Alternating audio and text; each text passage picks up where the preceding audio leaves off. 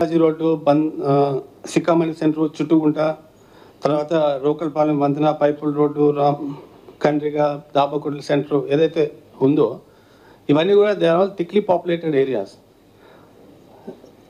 ఈ ఏరియాస్లో మీరు వెళ్ళి చూస్తే చాలా ఎలక్ట్రికల్ లైన్స్ క్రిస్ క్రాస్ అవుతూ మీకు కనిపించాయి. అవి ఎప్పటి నుంచో ఉన్నాయి, ఇప్పుడు కొత్తగా వచ్చినవి కదా, ఎప్పటి నుంచి ఉన్నాయి. ఎలక్ట్రికల్ లైన్స్ ఉన్నాయి, మెయిన్ లైన్స్ ఉన్నాయి. ఆ తర్వాత చాలా వరకు కేబుల్ లైన్స్ కూడా ఉన్నాయి. జియో కానివ్వండి, లేకపోతే ఎయిర్టెల్ కానివ్వండి, కేబుల్ లైన్స్ కూడా ఉన్నాయి. సీఎం గారు ప్రోగ్రామ్ ఎల్లుండనగా మనం ముందు రోజే మన పోలీస్ సిబ్బంది, ఆఫీసర్స్, తర్వాత revenue, municipal corporation, APS PDCL సిబ్బంది అందరూ వెళ్ళి ఎక్కడెక్కడ మనకి అడ్డంకులు ఉంటాయి, ఎక్కడెక్కడ మనము కొన్ని తీయగలం. అన్ని పవర్ లైన్స్ తీయడానికి కుదరదు. ఎక్కడ కేబుల్ లైన్స్ తీయవచ్చు అనేది మనం క్షుణ్ణంగా ఒక డీసీపీ ర్యాంక్ ఆఫీసరు ఆధ్వర్యంలో అది చేయడం జరిగింది.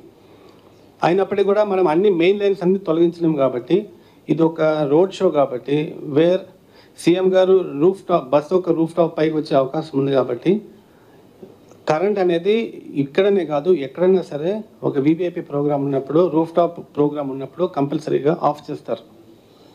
అదొకటి. రెండోది, కొన్ని ప్రదేశాల్లో పడిన వర్షం, ఆ గాలి, దుమారం మూలంగా కొన్ని చోట్ల పవర్ లైన్స్ కూడా ఆఫ్ చేశారు. ఇది డెలిబరేట్గా as a matter of security, as a matter of safety, ఎక్కడైతే సీఎం గారు పాస్ అవుతున్నారో అక్కడ పవర్ ఆఫ్ చేయడం జరిగింది. ఇది పార్ట్ ఆఫ్ సెక్యూరిటీ ప్రోటోకాల్. దీంట్లో ఎటువంటి సందేహాలకు కానీ ఎటువంటి అనుమానాలకు కానీ తావులేదు.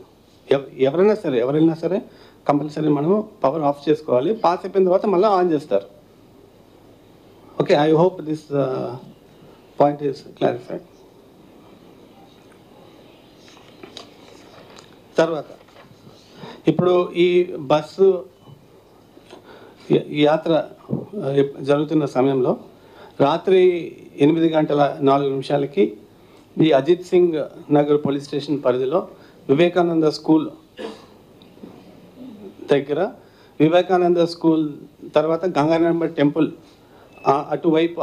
అక్కడ రీచ్ అయిన సందర్భంలో ఒక వ్యక్తి ఒక రాయిని విసరడం జరిగింది.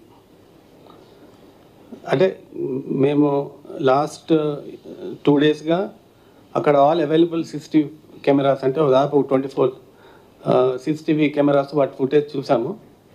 వాటి రెలవెంట్ అన్నీ డౌన్లోడ్ చేయగా దాంట్లో వచ్చిన ఇన్ఫర్మేషన్ ప్రకారం తర్వాత అక్కడ చాలామంది సెల్ ఫోన్స్లో కూడా వీడియో రికార్డింగ్స్ చేశారు. ఆ వీడియో రికార్డింగ్స్ చేసినప్పుడు దాని నుంచి మనం సేకరించిన సమాచారం, తర్వాత లైవ్ ఐ విట్నెసెస్ ఎవరైతే ఆ ప్రాంతంలో ఎవరైతే ఉంటారో వాళ్ళ నుంచి మనం సేకరించిన సమాచారం ప్రకారం డెఫినెట్గా ఒక రాయి అనేది ఒక వ్యక్తి బలంగా విసరడం జరిగింది. అది సీఎం గారికి ఎడం వైపు, అంటే సీఎం గారు వెళ్తుంటే లెఫ్ట్ సైడ్ నుంచి ఒక వ్యక్తి ఒక రాయిని విసరడం జరిగింది. అది సీఎం గారికి లెఫ్ట్ సైడ్ ఫోర్ హెడ్ మీద తగిలి అక్కడి నుంచి పక్కనే ఉన్న వెల్లంపల్లి శ్రీనివాస్ గారి ముక్కుకి కంటికి తగిలి అక్కడి నుంచి కింద పడడం మనం వీడియో ఫుటేజ్లో చాలా క్లియర్గా ఉంది. ఆ వీడియో ఫుటేజెస్ మా దగ్గర ఉన్నాయి. వాటి కూడా ఎన్హాన్స్మెంట్ కోసం FSL ల్యాబ్ కూడా పంపించాము. దాంట్లో ఒక రాయి అని మాత్రం మనం ఖచ్చితంగా చెప్పొచ్చు.